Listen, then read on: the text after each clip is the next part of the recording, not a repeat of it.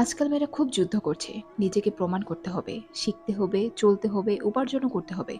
নিজের পরিবার, সমাজ সব জায়গায় যেন এক প্রতিযোগিতা। আমি কাউকে কম দেখাতে পারি না। আমিও পারি, দেখাতে হবে।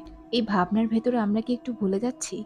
আমি মুসলিম নারী, আমার কিছু সীমা আছে, আমার কিছু দায়িত্ব আছে, আমার একটা পরিচয় আছে, যেটা শুধু মহিলা না, আমি আল্লাহর বান্দি। প্রশ্ন হচ্ছে, এই নিজেকে প্রমাণের চাপে পড়ে আমরা কি করছি? অনেকেই পর্দা ছেড়ে দিচ্ছে, বলছে জবের জন্য একটু মডার্ন হওয়া দরকার। কেউ আবার খোলামেলা পোশাক পরে বলছে আমার শরীর আমার ইচ্ছে। আবার কেউ বলছে ধর্ম পরে, আগে আমার কেরিয়ার। কিন্তু ভাবুন তো, কেরিয়ার যদি জাহান্নামের রাস্তায় নিয়ে যায়, তাহলে সেটা সফলতা না ধ্বংস। ইসলাম নারীর উন্নতি মানে কখনোই সব ছেড়ে পুরুষের মতো জীবন না। নারীর মর্যাদা মানে তার ঈমান ঠিক রেখে নিজেকে গড়ে তোলা। আয়েশা রাদিয়াল্লাহু তাআলা আনহা, খাদিজা রাদিয়াল্লাহু তাআলা আনহা, ফাতিমা রাদিয়াল্লাহু তাআলা আনহা, তারা তো সমাজেও ছিলেন, জ্ঞানেও ছিলেন, কিন্তু তারা কখনো তাদের ঈমান হারাননি। আজ আমরা চাই সবাই বলুক তুমি সফল। তাই রাত জেগে কাজ করি, মেকআপে নিজেকে বদলাই, ট্রেন্ডে গিয়ে আল্লাহর কথা ভুলে যাই।